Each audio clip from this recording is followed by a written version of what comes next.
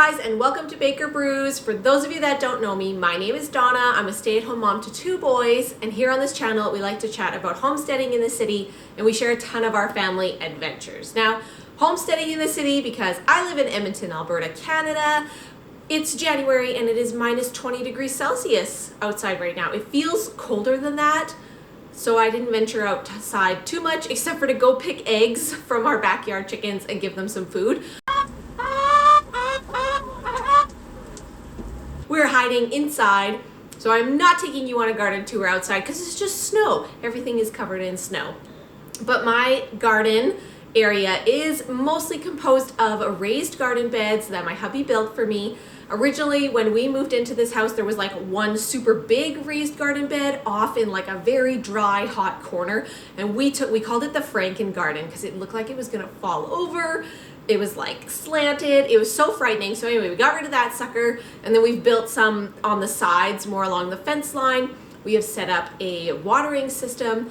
And yeah, and I also have kind of like a main garden area that was grass that we've like churned up and have made it more into a garden area. In this video, I'm gonna talk to you guys about the hits and misses of 2024. Some of the things that I did in 2024 that I absolutely loved, I was really jazzed about, that worked out really good for us. And then I'm also gonna share some things that didn't go so well or didn't go as well as I had hoped in 2024 as well. Wrote kind of a list of things down because I got mom brain.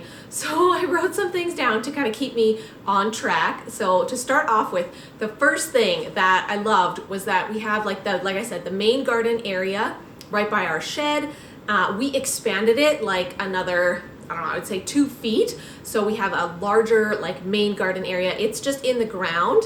And I loved that we had more room. It felt awesome just to have like, oh, I have way more space. My goal was to plant like potatoes and carrots there because they're root vegetables. I thought, okay, they need more ground room than what I was giving them in the raised garden beds. My downfall, so it's like a hit and a miss at the same time, right off the bat, was that I did not rototiller the soil. And right behind us on that fence line is this huge fir tree. So all of the pine needles fall in it. And I'm pretty sure they've just slowly been like breaking down. But I'm pretty sure pine needles are like acidic. I'm not sure. I am not a soil scientist, but I will probably be getting a soil testing kit and a rototiller. And I would like to find out like what is up with that soil. I did not get a very good potato harvest. And my carrots were all very short stubs. They were so small, and I planted a lot of them because we really like carrots, but I did not get the harvest that I wanted. In addition, because I really like the raised garden beds, I also had like a metal one that basically I got on Amazon. It's just the outer ring of it, and I liked that I had learned that in the bottom of the raised garden beds, to prevent like weeds and grass coming back through, you lay cardboard. So I laid my cardboard and then I started to fill the garden bed. So I liked that in my last garden bed, that is what I did instead of the landscaping fabric. We had done landscaping fabric in all of the other ones, but that did not like prevent as much as I had hoped it would in terms of like, I have raspberries in one and the raspberries totally are going underneath and through the fabric cloth. So they have, I can tell for sure, probably gone through that fabric cloth and are now offshooting like into my grass on the outside of the garden. So there's the garden bed, and then this is the side where the raspberries are supposed to be, but they are totally coming out in the grass. So yeah, that's happening there. So I like that idea of the cardboard. It's, you know, an easy solution and it's free because I get lots of Amazon packages. So I just used the cardboard that the raised garden bed came with and put it there. So that worked really well. I also, if you want to check out my full video of the stuff that I bought last year, I did invest in some trellises, which I loved the trellises. I put them on the side of the house so that I could like get some things climbing up, and I put them in a couple other raised garden beds and it worked so well. I had purple peacock pole beans that climbed up the trellises all the way to the top, and it was magical. It was so nice just to have huge trellises of beans. I also interwove some sunflowers in them. So the trellises that I bought, I am very, very happy with, and I'm happy that they worked out so well. You can see everything is vining up the trellises so well. The sunflowers are being wrapped up by the beans and the peas at the bottom. The other plant that we grew this year that did super well were our sunflowers. I planted them, like I said, with the trellises so they could climb the trellises way better, because in years past they just fell over because they were too heavy. So I put them I wove them through the trellis. I was like, you are gonna be stable. So I loved that. It turned out so good. They were like poking or peeking over the fence line. So I loved when we would go for walks, I would see my sunflowers. That just made me very happy. So I love growing sunflowers. Not only are they pretty, but I also save the seeds. I just save the whole head. And then I feed it to my chickens in the winter as a winter snack. Get your sandwich ready in the garden. The other plant that did super, super well for us was a zucchini plant. I love zucchini. I love sauteing it. I love putting it in stuff right away. So we have got these monstrous zucchinis, the size of a baby. And I also did a whole bunch of pickling this year. So I tried 2 different zucchini recipes, a zany zucchini recipe and a garlicky mixed veggie recipe that you can put a variety of veggies in, but I just put zucchini pretty much. And so I liked the garlic mixed veggie recipe the best. It turned out so good. Everyone loves that one. And when I bring it to places, they eat it up. And my kids love it. The zany zucchini pickles were too zany. They are way too zingy, too much vinegar in my opinion. So I liked the idea of that recipe because it's supposed to be like basically zucchini pickles to go on a burger. Like they're supposed to have that really zip to them, but they're just a little too zippy. So anyway, we'll see if we adjust that by adding more sugar or if we even do it again. We'll see. I might just make all garlicky zucchinis again, but I love zucchinis. I love how easy a zucchini plant is to take care of, like there's no maintenance on it. You just plant it and you pick zucchinis as you want. So it is so good and it works out so well for us every year. I'm so happy to get like an abundance of zucchini. So that one also did very well in the garden this year. This year, another plant that was really exciting that I finally got something from was my asparagus. Yeah, I think I got like a whole 2 asparagus stalks from it. I didn't know what to expect from it. It was a hand-me-down thing, but it did get asparagus. So I'm very excited because asparagus can come back every year, and I've designated a section of a raised garden bed for that asparagus. So I'm very excited. Hopefully it just takes over. That would be really lovely because I like asparagus. The kids seem to really like asparagus. So I think it'll be a really interesting plant to kind of keep around. And of course, the other plant that did extra phenomenal this year were beans. Like I said, I planted purple peacock beans. This was my first year planting these purple beans. I love them because that purple color comes from like the anthocyanin. So you pick them, they're purple, and then when you cook them, they turn green. So it's a whole magic trick thing. So it's really fun that way. And then they were beautiful. They were huge bean pods. I had an overabundance of them. So I froze some beans, I canned some beans. And then I saved some beans, and I'm going to try to save the seeds as well, so I don't have to buy more seeds, and we'll try planting those as well. But I think I will also add yellow wax beans. Those are the ones that my mom grew. I really like them.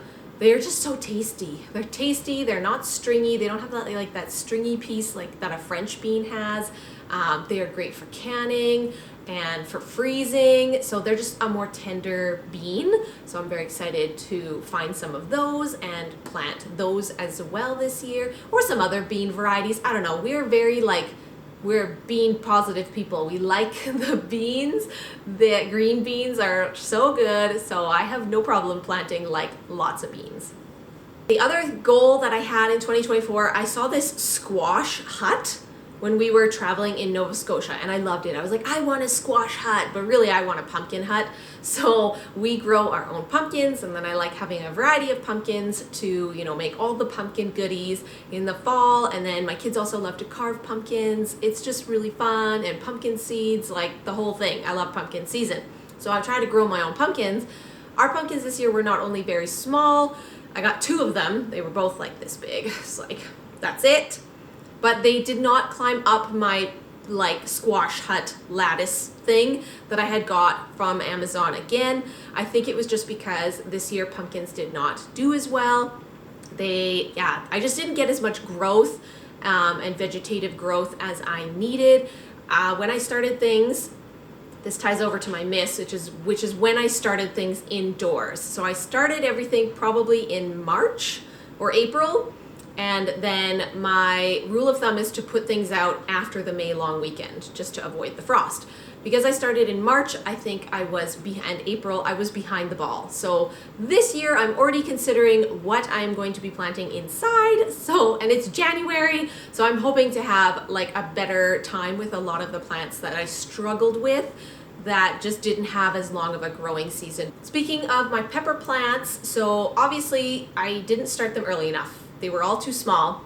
They were just producing like leaves and vegetative growth, and then at the very end of the season, right before the frost was coming, I was seeing like teeny tiny peppers. I was like, oh dang, it's gonna freeze and I'm gonna lose all these pepper plants. So I started madly moving the pepper plants into pots. As you can see behind me, I have pots galore filled with pepper plants. So I moved them into the pots and then I moved them onto my sun deck, and I'm very happy I did that because sure enough, within that week, then the frost came. So I avoided getting them frostbitten. I got them moved inside, and then I actually was still able to harvest quite a few peppers. I got like 10 to 12 peppers, jalapeno peppers. So I was very happy that at least I was able to harvest some of those. New this year, I also planted, technically it was 4 haskap bushes. So they sold them, they're so smart because haskaps you need at least 2 to pollinate each other. A haskap is part of the honeysuckle family. It is like an elongated blueberry. It tastes a bit like a sour blueberry. I really like them. I had tried them at an edible food forest place, and we were just forage eating. They were so good. So I was like, I want to try and grow these. And so they are supposed to be good for colder climates as well. When I bought them, they had 2 different varieties in one pot. So I bought, two varieties, and then I bought 2 other varieties, and then I planted them like right beside each other. And I'm hoping, because it's like a blueberry, that maybe it'll help my blueberry, which is in a different section, who also needs a friend because he cannot pollinate himself and he did not produce very many blueberries. So there's that element. But anyway, so I feel like I did well buying that many like haskap bushes because I did my research and I need at least 2 of them. As compared to the year before when I bought just 1 blueberry bush when I should have bought 2. So I still need to buy another blueberry bush, but I put my money this year towards haskap bushes anyway. So hopefully the haskaps will do well. I'm very excited with that, and I just think like tip before you buy berry bushes, like look at how many you need and does it need a friend to pollinate with. The haskaps were not cheap. I think they were almost like $80 for the 2 and then another $80 for the other 2. So I felt like they were fairly expensive. But then again, it's like if I can have my own fruit and food forest in my backyard, like I love that idea. I love exposing like my kids and friends to like different kind of edible fruits and veggies that you could just walk in the backyard and like eat, walk out and forage and eat. And I think that's like the beauty of summer. So hopefully that will go really well with that. My haskap did get like mold on it because we were quite wet here for quite a while. So it just couldn't get rid of like the mold. So we were quite wet this summer for a while, and when I had those haskap bushes, the leaves kept getting a mold on them, like a white powdery mold. So I would do what the internet said, which was to remove the leaves, and I just kept getting less and less leaves on my poor haskap bushes. So eventually I was like, I'm gonna buy a fungicide and see if that helps, and it did. So I wish I had bought the fungicide sooner and applied it sooner. I think that would have really helped my haskap bushes like overall. So hopefully they just survive the winter here. I have the fungicide on hand, so I'm already ready to go on that front. But if you are seeing that right away, like getting on it sooner, I think probably will make a difference. We only got 4 haskap berries this year, so my goal is to have a few more than that for 2025. Other plant that I tried to grow that I'm nervous about. I'm nervous. Let me know what you think. I don't know anybody else who's growing these things. Are fiddleheads. So it's like a fern and it's all curly. And you have to be very careful because it grows all curly that it can get a lot of like dirt and insects or whatever in that part of it. So you have to you got to make sure you're not killing anybody because you have to like boil it for a super long time and then drain that water and then rinse it out and then fry it or whatever. So anyway, I bought fiddleheads at a store. I thought they were pretty tasty. The children did not care for them at all. But I was like, I saw this fiddlehead plant at the greenhouse, that it was just like a root ball and you plant it. I got the fiddlehead to come up, but then my chickens found it and pretty much demolished it. So there isn't much left, so I don't know if it will come back this year. It's interesting. I think I kind of made a mistake because I planted the fiddlehead next to another fern, so it looks exactly the same. And so I think that if they both take over, this could not go well because you could mix the two up, and there are only some varieties of like the fiddleheads that are edible.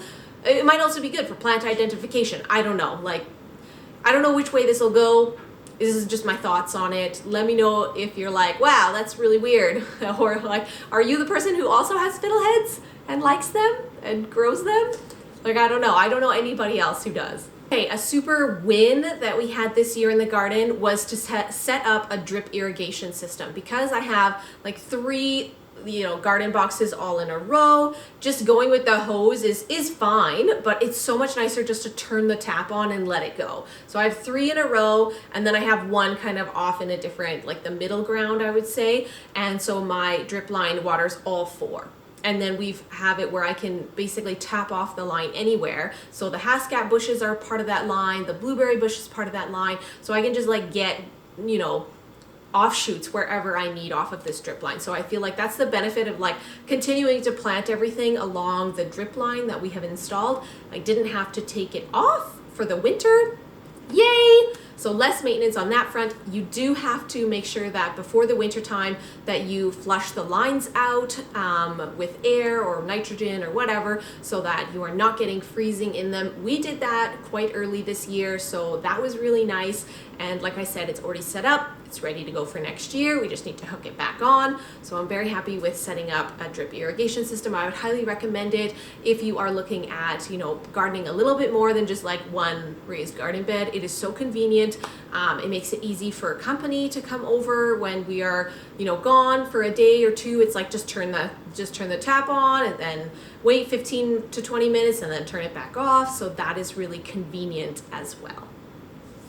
The other hit or good thing that I did was I bought more of these like movable like little cages. They're just a little mini decorative fence piece really, but you can stack them together and then or connect them together and then build this cute little caged area. So anyway, I caged off a few areas because of my chickens. So I like to let my chickens out of the coop, especially in the summertime. The kids love to play with them. I like to see them roam in the yard. It's fun, but they get into stuff, those bad girls. So I caged off a few areas that I did not want them in, and that worked genius. Like the cage isn't even that tall, like the barrier is like this tall, and it's just enough to stop them from going over. They just stay in their other areas that they have to play in. So I was very happy that that worked, because I do not want to build giant fences all around stuff. I just want a little barrier, but I didn't want to stop letting the chickens out either. Battle of both worlds. So I found that solution worked super well. Obviously, it's not a perfect situation. The chickens were figuring it out by the end of the season. It's like, oh, we can go into this garden and it's full of good things. So I have children and they get to go and round up the chickens every once in a while, but it still was just nice to have that little extra preventative maintenance. I'm very happy that that worked for us. Okay, overall, I'm happy with my 2024 garden year. I'm happy with like how much I was able to document. Typically I haven't like vlogged or shared a lot of garden content before last year, so just my kids were really small and eating a lot of dirt, so most of it was like preventative maintenance. But this year I was able to like film a lot more of our garden adventures, so I am really excited for 2025, where I'll be able to do similar things hopefully and share like how things have progressed and just have a more flourishing garden this year. Like the things that I really want to come through obviously are all of those snackables for the kids, the raspberries, we have strawberries, my kids love to eat peas and snap peas. They also love to just go and get a piece of chive and like chew on the chives. I don't know why, it's so weird, but they really like to do that for some reason. As well as things like cherry tomatoes and carrots.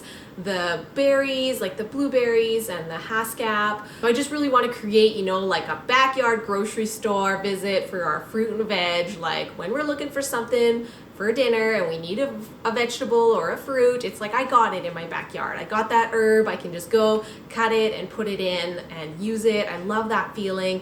I think it is so awesome, and so I would highly encourage you, if you are considering gardening or beginning to garden, there are so many easy plants out there. If you are not, you know, one to start from seed, you can always go buy the plant when it's small, you know, plant that and take care of it. There's a lot of great options, but I think it teaches a lot of value to kids to see plants grow and produce a fruit, and you get to harvest it, and then to see that season come to an end, because we experience the seasonal end, and it's just really fun. Every kid loves to get in the dirt, find the worms and all that fun stuff. So I look forward to a gardening season of 2025. If there are things that you are looking forward to in your garden for 2025, let me know in the comments below. If there is any cool plants that you're hoping to get or try this year, or things that you really want to experiment with, let me know. I'm excited to hear.